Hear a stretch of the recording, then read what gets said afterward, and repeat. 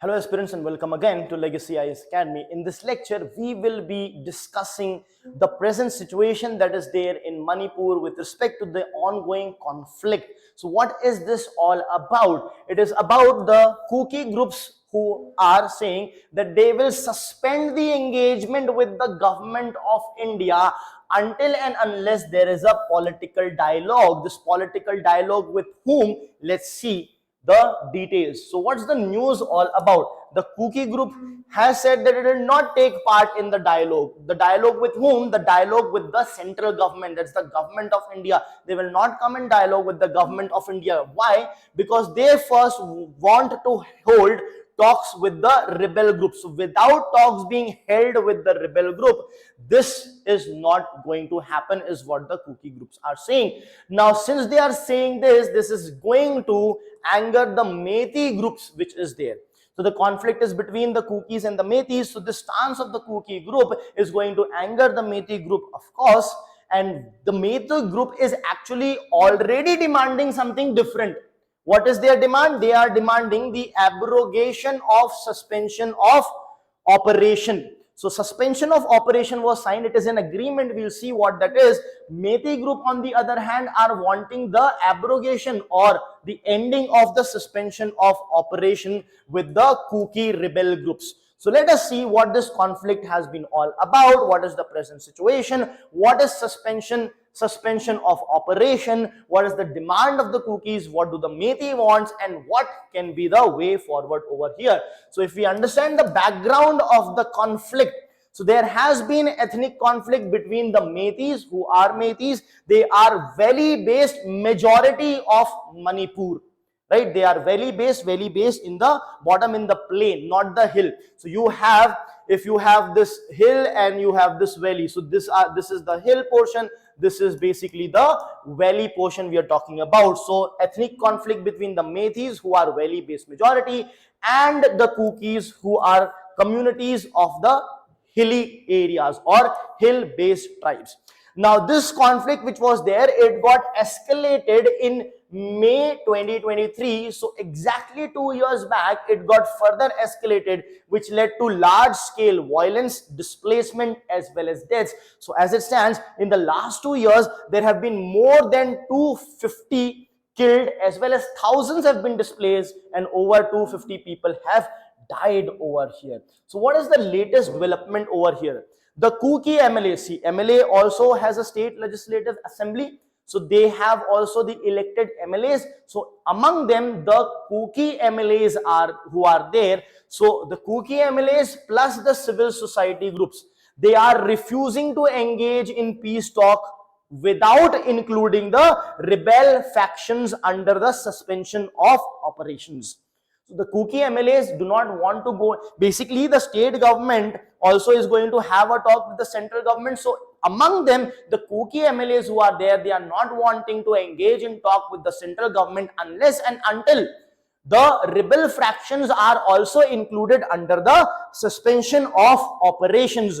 So what is this suspension of operation? Suspension of operation is basically a ceasefire agreement that was signed in the year 2008. So it was a ceasefire agreement which demanded that there will be no violence, there will be ceasing of the fires, right? So it was with the primary objective of initiating political dialogue. So when ceasefire is there, how do you proceed further? By political dialogue with the Kuki insurgent groups, and it also meant ending the violence. So ceasefire was signed. It was decided that we will move ahead with political dialogue with the Kuki groups, with the Kuki rebels. That meant the ending of the violence. Now, between whom it was signed? It was signed between the central government, of course, the Manipur government, with two umbrella groups. So central government and the Manipur government with two umbrella groups. Which were these two umbrella groups? Important knowledge over here. These two umbrella groups were the Kuki National Organization, that is KNO, and the United People's Front, that is UPF. Now these two groups that are there, umbrella groups are there, it comprises of total 28 groups, 17 under KNO and 8 under the UPF. So these many groups are present in this umbrella group. So what is the issue? Which other groups are to be included? Basically, there are supposedly total 30 groups, but only 25 are included in the suspension of operation. They want the inclusion of the other 5 groups as well to make it the entire 30. So what are the key demands of the Kukis? Now the Kukis are demanding only SOO groups to lead the future talks with the center. So all those groups which will be a part of the suspension of operation, means the groups who will have signed the suspension of operation, only those groups should move ahead in talks with the government of India. Now what is the rationale behind this? Is simple because SOO talks about ceasefire. So when the groups are agreeing to ceasefire, whoever is agreeing to ceasefire, only they should talk, because then others is not agreeing to the ceasefire, so they should not be included. Only the groups will lead the future talks, those who have signed the SOOs. Now when it comes to Kukizo groups, to formally inform the government about the new negotiation structure. So it will be the Kukizo group that will inform the government about what kind of new negotiation structure there will be, right? What kind of demands will be there, what will happen, etc., etc. Further, another demand is there that any political participation will be conditional on prior demands. So any further political participation, joining new Manipur government, etc., it will be conditional on prior demands. So it will not be suo motu on its own, automatically by default be allowed, but rather it will be conditional is what is demanded. Now what is Meitei group's response, or Meitei community's response over here? Of course, the Meitei group, as stated initially, are angered by this step, this decision of the Kuki group to not engage in talks until further notice. Now this is what has angered the Meitei group. Now subsequently they have their own demands. Now remember, on one side the Kuki group is saying that only those who have signed the SOO can actually go ahead and engage with the central government for talks, but Meitei group on the other hand is saying abrogate the SOO agreement. They are wanting to end or abrogate the suspension of operation agreement altogether. Suspend this agreement which was there for ceasefire is what they are asking, and crack down on the Kuki insurgents before the talks.